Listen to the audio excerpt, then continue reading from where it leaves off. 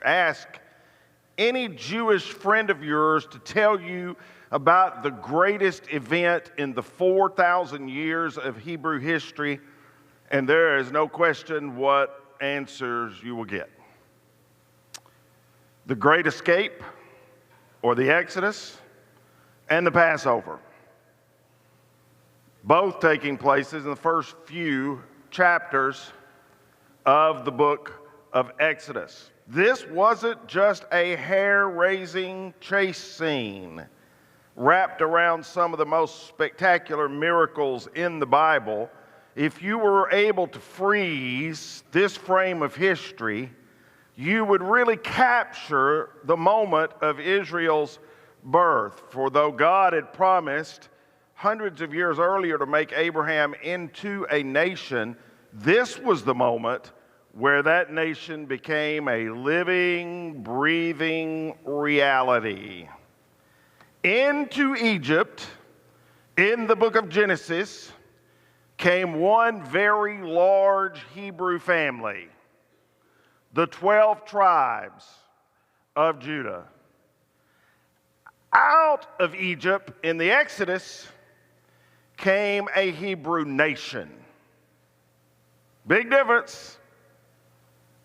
Just Jacob's family escaped to avoid the famine into Egypt. Out of Egypt comes an entire nation of people seeking freedom from slavery and led by the great deliverer, Moses.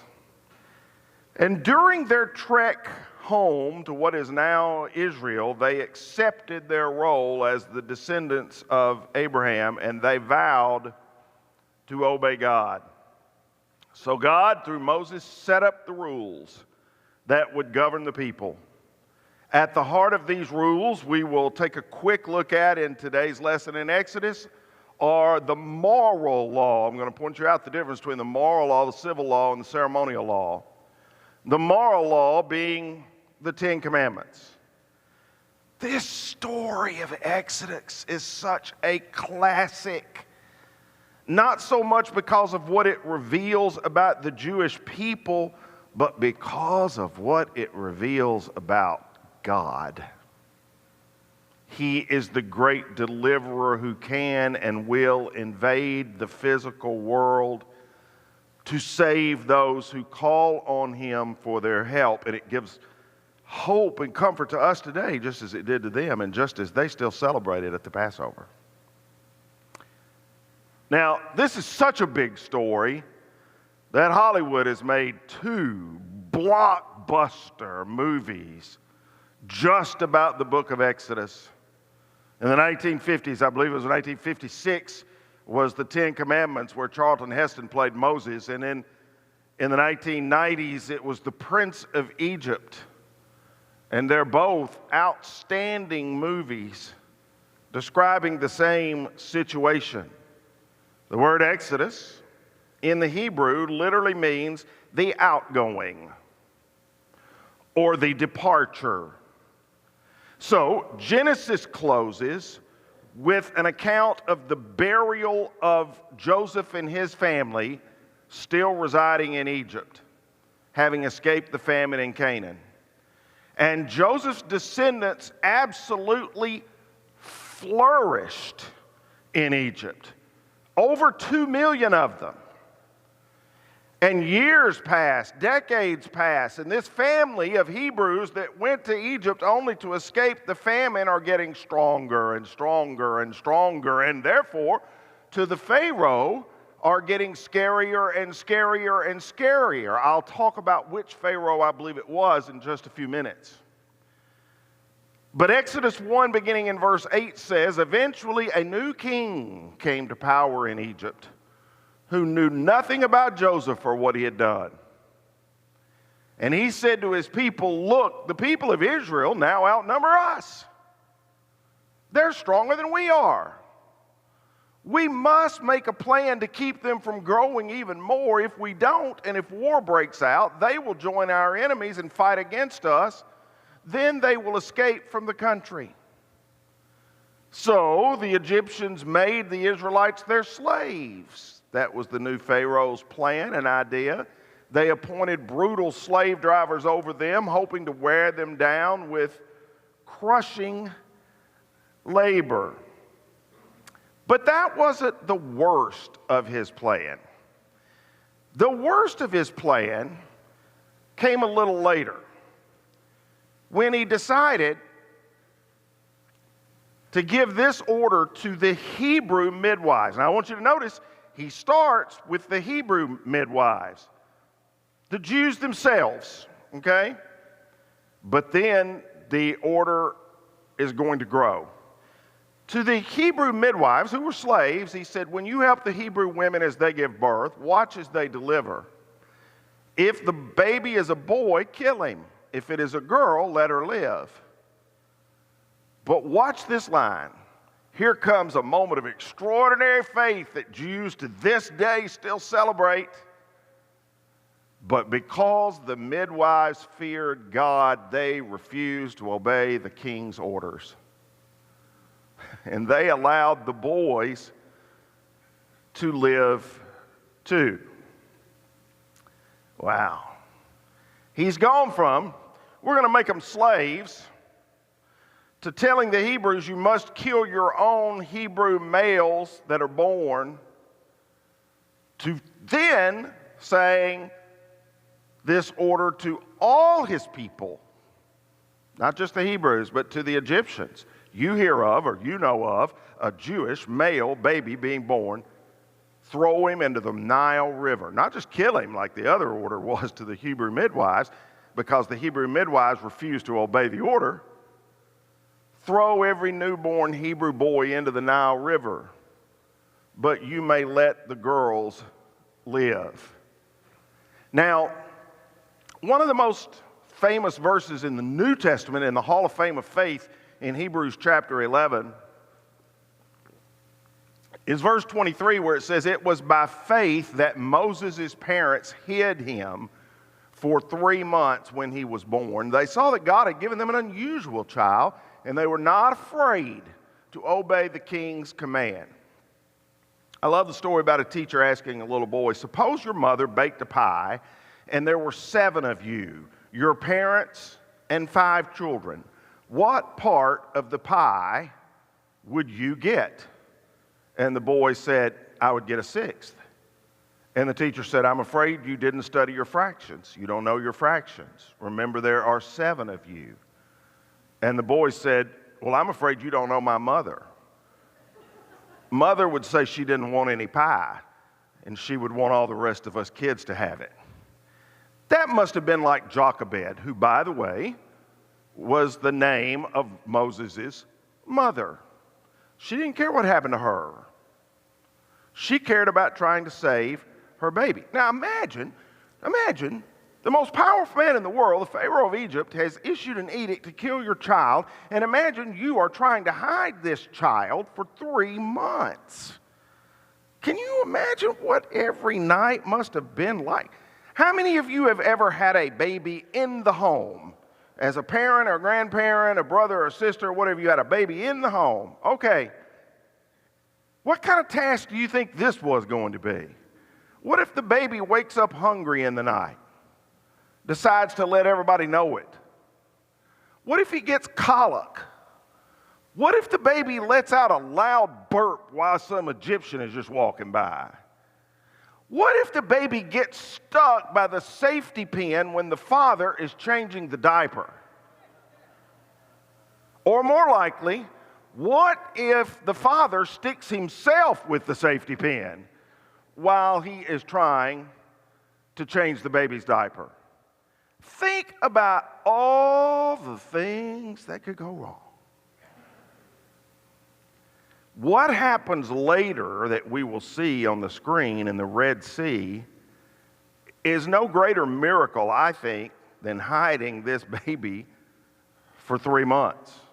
Josephus, the most accurate of the Hebrew historians in the first century, tells us that Moses' parents, Amram and Jochebed, were motivated by a dream, and in the dream, God told Amram of the child's destiny, and that's why they believed that God had given them an unusual child. So they were not unafraid to disobey the king's order. Now, we're going to go back through history a couple of times very quickly this morning, and we're going to give an attempt at identifying the Pharaoh and the Pharaoh's daughter who are central in this story. We believe that this Pharaoh's daughter might have been Queen Hatshepsut.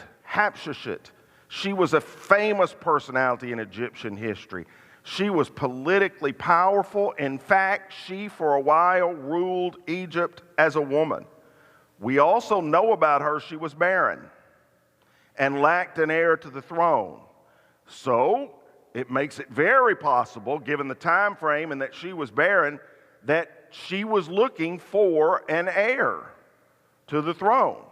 The Jewish Talmud tells a very interesting story about the baby Moses. One day the child was playing, the Talmud says, on Pharaoh's lap, and Pharaoh's crown fell to the floor, and the baby Moses crawled off of his step-grandfather's lap and picked up the crown and smashed it to the floor, stomping on it with his feet.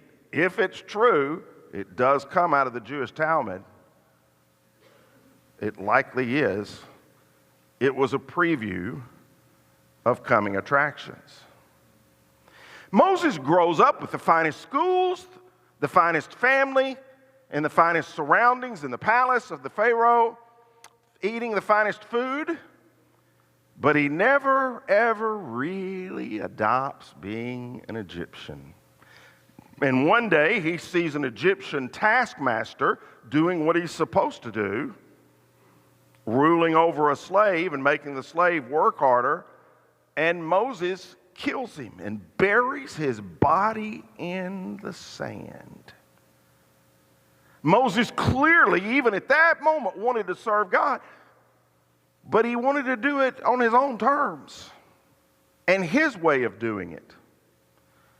He has to be broken before he can be used. He has to learn to trust God, not his own strength. D.L. Moody once said, Moses spent 40 years in the king's palace thinking that he was somebody. Then he lived 40 years in the wilderness finding out that without God he was a nobody. And finally he spent 40 more years discovering how a nobody with God can be a somebody. I don't know if you knew it or not, but Moses' life is divided into 3 40-year segments. He lived as the Pharaoh's stepson, so to speak, for 40 years in Egypt, murdered the Egyptian, went 40 years in the wilderness before God appeared to him in the burning bush, and then came back and 40 years, 40, 40, 40. He was leading the people of God as their great deliverer. And then an unusual thing happened for anybody. During the end of those 40 years out in the wilderness, he sees a bush burning, but not burning up. Now, that'd catch any of our attention, I do believe. And God says to him through that burning bush, look, the cry of the people of Israel has reached me, and I've seen how harshly the Egyptians abuse them. Now go, for I am sending you to Pharaoh. You must lead my people Israel out of Egypt. And Moses, of course, said what any of us would say. Who, me? Who, me? Why me? How me? I can't speak? Okay, your brother Aaron, he's a really good speaker. We'll send him with you. The people won't believe me? Okay, I am the I am, and I will be with you. Moses says, when they ask, who is it that has sent me? What is my authority? What is my power? God said, you tell them the I am who I am has sent you. That was the name for God the Hebrew people knew him by. And so Moses will accomplish God's call only when he forgets who he is, just a wilderness wanderer the last 40 years, a murderer who's hiding out from Egypt,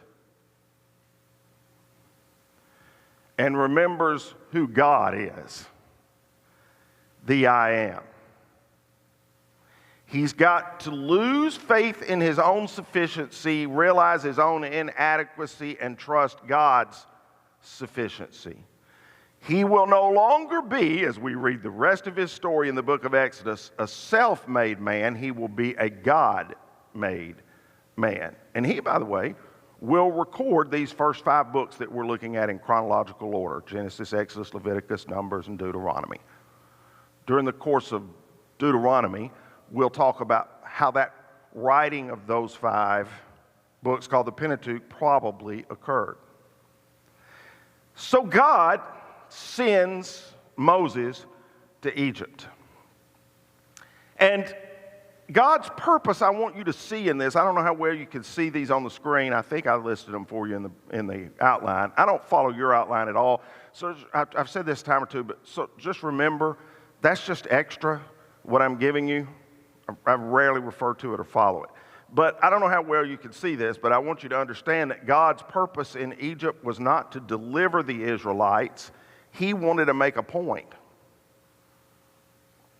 in the process. He wants to prove to Egypt and its surrounding nations that he is the one true God, and all these gods of the sun and the water that they have are not God at all. So all 10 plagues were not chosen at random.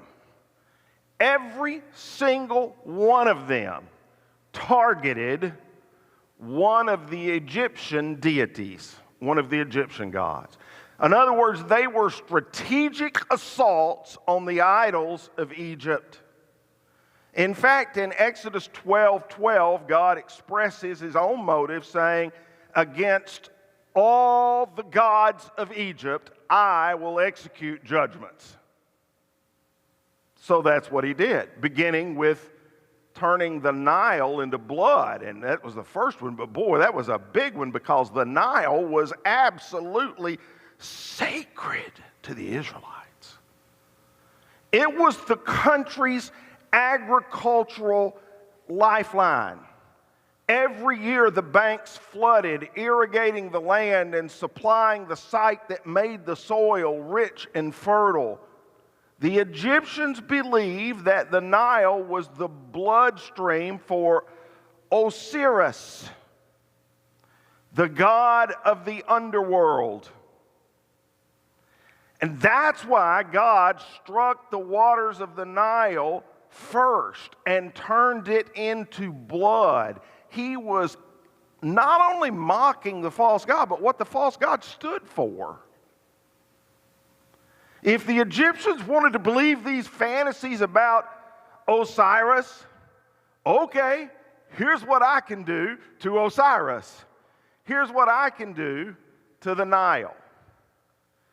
Now, I want you to see this very carefully, because this is very important. For the first 5 plagues, don't have a lot of time to spend with the plagues because we've got a lot to do. But for the first 5 plagues, each time the text says, Pharaoh's heart, however, remained hard. He still refused to listen, just as the Lord had predicted.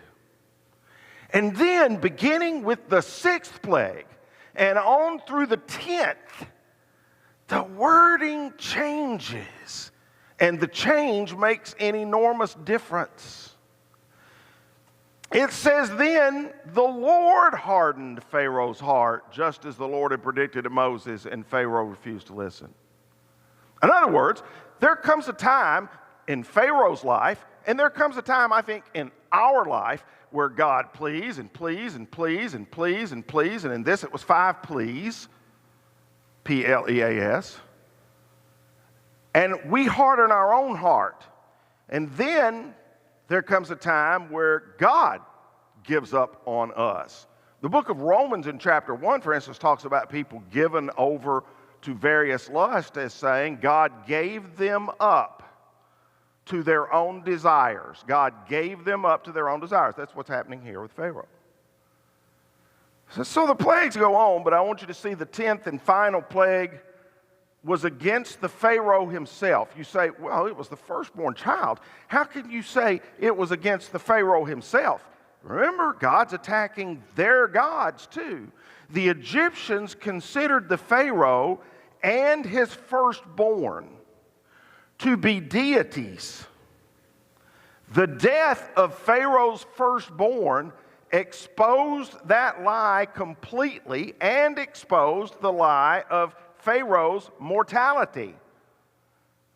Their coming, or their next Pharaoh, his son, was not mortal, didn't live forever. He died in the plague. Now, there's a lot of discussion about this. In the movie The Ten Commandments, the Pharaoh is named as Ramses II. But in recent years, we've come to believe that it's more likely this Pharaoh was Amenhotep II, who reigned Egypt for 26 years. There's new evidence, new timelines, archaeology and the like that makes us think it's more likely it's this one. He was a warrior and a sportsman. In fact, a mummy of his, and that's it, was found in 1898 in the Valley of the Kings. You can go to Egypt today and check out what he looked like. But for me, he'll always look like Yul Brynner. I mean, to me, Yul Brynner was the perfect Pharaoh, and I don't know how you'd do any better than him, really. So God is going to keep the pressure on Pharaoh until he admits that the Hebrew God is the one true God. You know, we're starting to get the impression here, don't you think, that it is no longer Pharaoh holding the Hebrews in bondage, but God holding Pharaoh in bondage. That's the way it's starting to look to me. Sometimes I think God will keep the pressure on us until we surrender our will to him. Sometimes he may have to harden a heart in order to break through a mind. And that's what's happening here as he goes through all of the plagues. One of the reasons we have begun to believe that Amenhotep II was this Pharaoh rather than Ramses is that Amenhotep was succeeded by Thutmose IV, who was not his firstborn son. Way out of order. Now, why would that have been? Because his firstborn son died in the 10th plague. Well, Pharaoh's stubbornness cost him his kingdom. The first 9 plagues that God brought on Egypt utterly destroyed the land, utterly made fun of the Egyptian gods. The 10th plague cost him his son, cost him all of the firstborn sons of Egypt. Can you imagine going to the people in your court if you're the Pharaoh and saying, "I'm sorry, I caused the death of your son"? Your friends, your other family members. It was one thing to cost the death of the land. It was another thing to cost the death of the people. And here's something important for you to understand as we read this story and remember it all chronologically.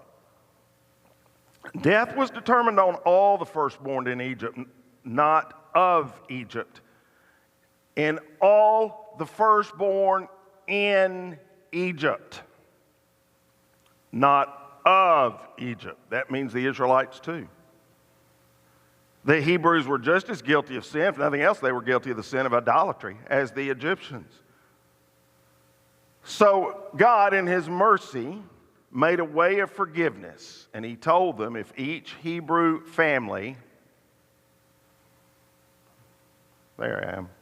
He told them if each Hebrew family will sacrifice a lamb and spread its blood on the doorposts, that he will pass over their home and execute judgment only on those where the blood is not applied.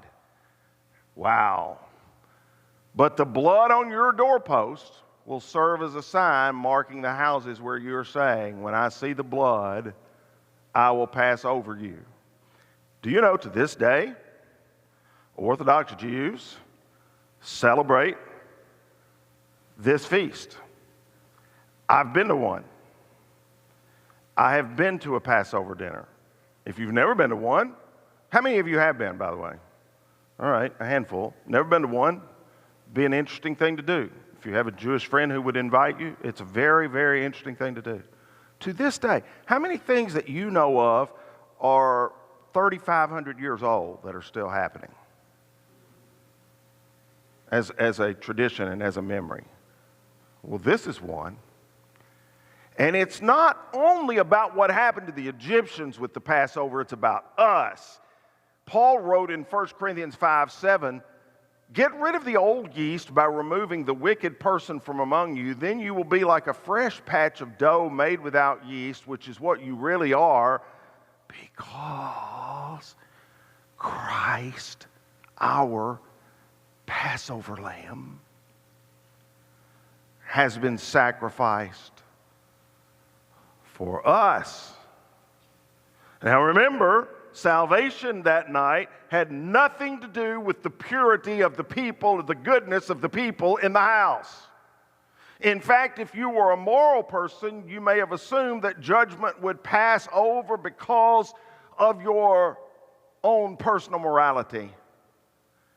If so, say goodbye to Big Brother. Salvation came to people who knew and understood they needed the blood and applied it to their own house.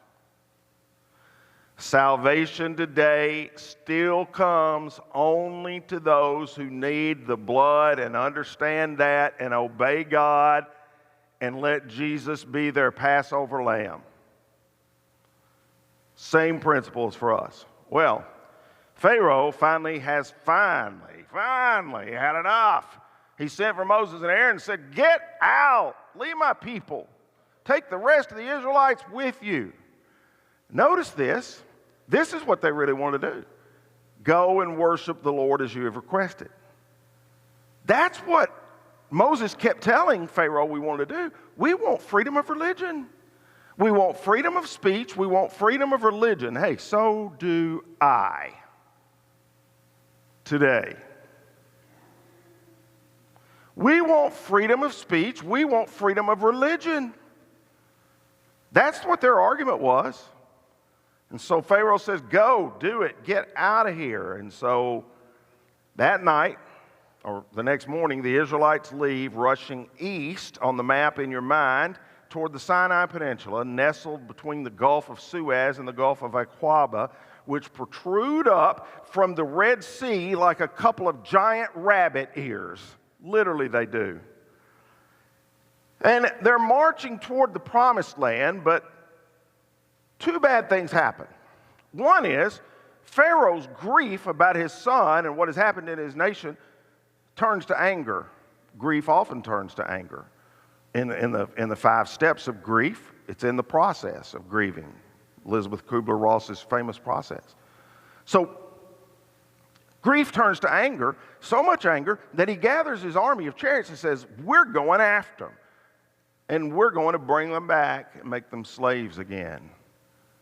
The people are marching somewhere between 2 and 4 million. We can't be exact because we can't count the children exactly. Somewhere between 2 and 4 million are on this march, this exodus out of Egypt.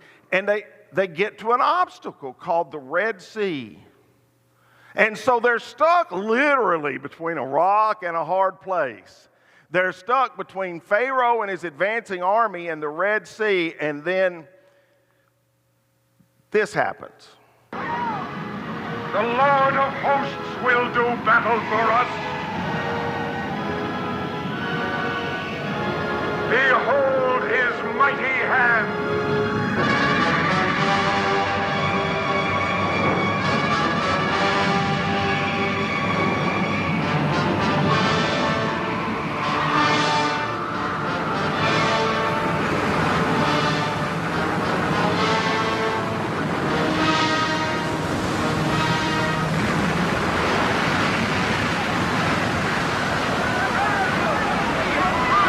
They cross, and in the moment it takes two massive opposing waves to crash back together. The Egyptian threat is gone for good, and the Israelites are free, and exhilarated, the entire nation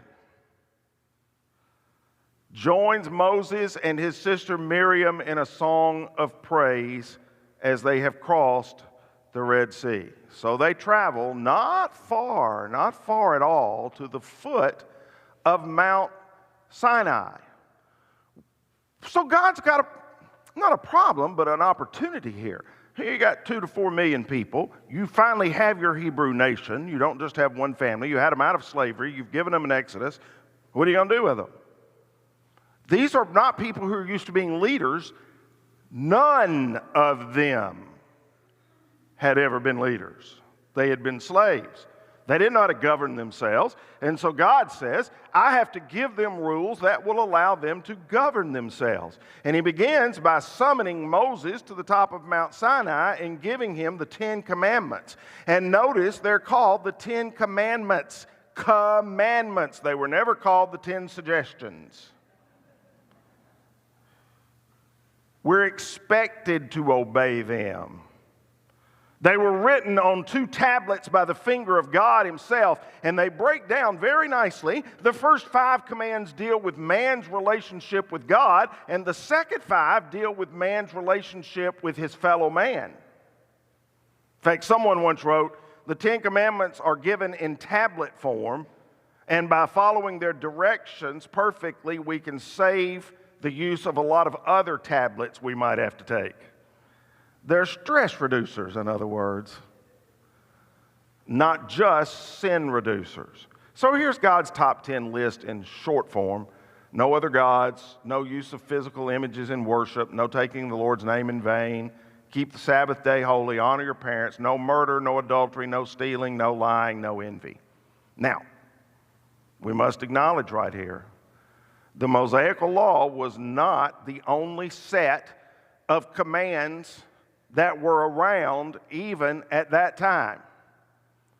For a few hundred years, there had been what was known as Hammurabi's Code, the first written legal code in history created by the Babylonian king. But these 10 commandments are the only 10 to survive the test of time because they cover every relationship in moral law and because there's God's law attached to them, not man's. And that's not all that happened, by the way. And this is important to know. Just like knowing the Bible chronologically is important, this is also important to know because it helps you know what we have to obey and what we don't. At Mount Sinai, God gave Israel a new covenant. I usually call it the Mosaic covenant, if you've heard me preaching, but some call it the Sinaitic covenant for Sinai. Until now, God's blessings on Israel was based on his promises to Abraham and the Abrahamic covenant. Now he's going to give them an actual series of laws and commands to live by. And the Mosaic covenant will kick in, and it establishes these laws and moral codes they are to live by. Now understand, the New Testament made the Mosaic covenant obsolete. We now call this covenant the Old Covenant, which is another way of saying the Old Testament, because we're no longer under its specific stipulations. Yet for 1,500 years, it was God's people's law. It served a vital role and instilled in God's people very important sensitivities about moral and civil law. So we can still benefit by studying it greatly as we're doing as we go through the Pentateuch, the first 5 books in the Bible. One rabbi counted that the Mosaic law consisted of 613 laws, 248 do's, and 365 don'ts. In other words, you could say a don't for every day of the year. But what you really need to take from this is this. The law of Moses contained 3 types of laws. The moral law which is found primarily in the Ten Commandments. The civil law, which was mostly where we get much of our civil law from today in America, comes from this. The civil law, because again, remember, they had to figure out how to interact with each other in their community and how to handle behavior with each other. They had never had that before. They were slaves. Their only interaction was with other slaves. You're going to see when we get to the book of Numbers, you're going to see that they had real problems developing any kind of leaders to handle these 2 to 4 million people because they'd never done it before. And the ceremonial law was then the ceremonies, and we'll talk a lot about that next week when we get in Leviticus. The ceremonies, they have to do with the feasts, the various feasts that they have, and the ways that they worshiped God, and most importantly for us, the ways they looked forward to Christ. So there were 3 forms of law. So today, when you hear the law talked about, remember that. Remember that. It's important. We get a little later on in the series, we'll talk, for instance, about, well, do the 10 Commandments still apply today? I don't have time today, but do the 10 Commandments still apply today? For instance, keep the Sabbath day holy. Do 9 of the 10 count, 1 doesn't? We'll talk about all that as we get deeper into the study. Hey, we got 15 months. We hope. Now, after delivering the people from bondage, and then at the foot of Mount Sinai giving them the law, God declares something extraordinary, that He is not going to be in heaven anymore. He is going to dwell among them in the holy place of a tabernacle, their worship center, that will be moving, traveling tent worship center until eventually they conquer the promised land and can build what would be known as Solomon's glorious temple. So they are told exactly, and I mean in Exodus chapters 23 to 28 along through there, I mean exact specifications for this tabernacle. And wherever they go, they take it down, they put it back up. They erect it right in the center of their camp. And when we get to Numbers, I'll show you a picture, a really interesting picture of the tabernacle right in the middle of camp. And the 12 tribes all had an exact place they were to camp around the tabernacle, protecting it. But anyway, the tabernacle courtyard where people offered sacrifices to God, to express gratitude to God or to atone for their sins, measured exactly 50 yards long by 25 yards wide. So, think about that. Half a football field, the goal line to the 50-yard line, and then the sideline to sideline. Pretty well. That was the tabernacle courtyard. It's surrounded by a wall of curtains 7 feet high. Inside the tent, 15 yards long and 5 yards wide, the Israelites kept the 10 Commandments. The 10 Commandments were kept securely in a chest called the Ark of the Covenant. And they stayed there all that time till Indiana Jones began to try to find them and chase them down. But only the priests were allowed inside that sacred tent. The presence of God, the book of Exodus says, in the form of a cloud settled on the tabernacle. And whenever the cloud moved from the tent, the people realized that was the time they were to move as well. God was moving them. So they packed up the tent and moved under the cloud until the cloud stopped. And when the cloud would stop, they would reconstruct the tent under the cloud. Wow.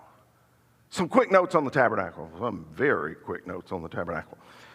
It consisted of 3 sections: the outer court, the inner court, and the Holy of Holies. It was made of gold and silver and bronze and animal cloth and acacia wood and onyx stone. It contained in the Holy of Holies the Ark of the Covenant, which I said had the 10 Commandments and a jar of manna and quail. And it took them 6 months to construct the tabernacle. How did they do it?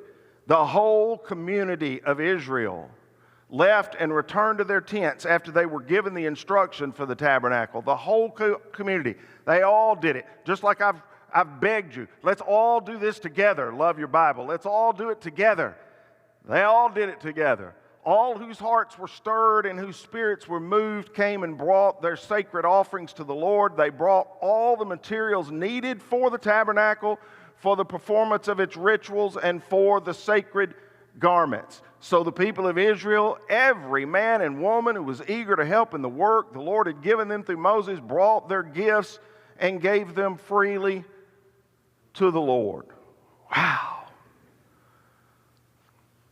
So God had now given them the Exodus, brought them out of the land, miraculously allowed them to cross the Red Sea, carried them to the foot of Mount Sinai, given them the 10 Commandments, given them the moral, civil, and ceremonial law, told them how to build their worship center and tent where He Himself personally would reside in the Holy of Holies, and has them on the way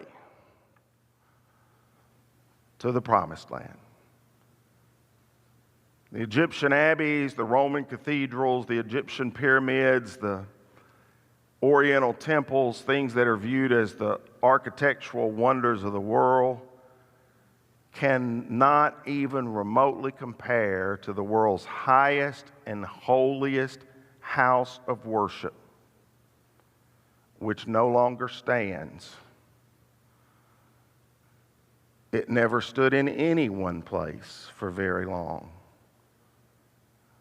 because it was a tent,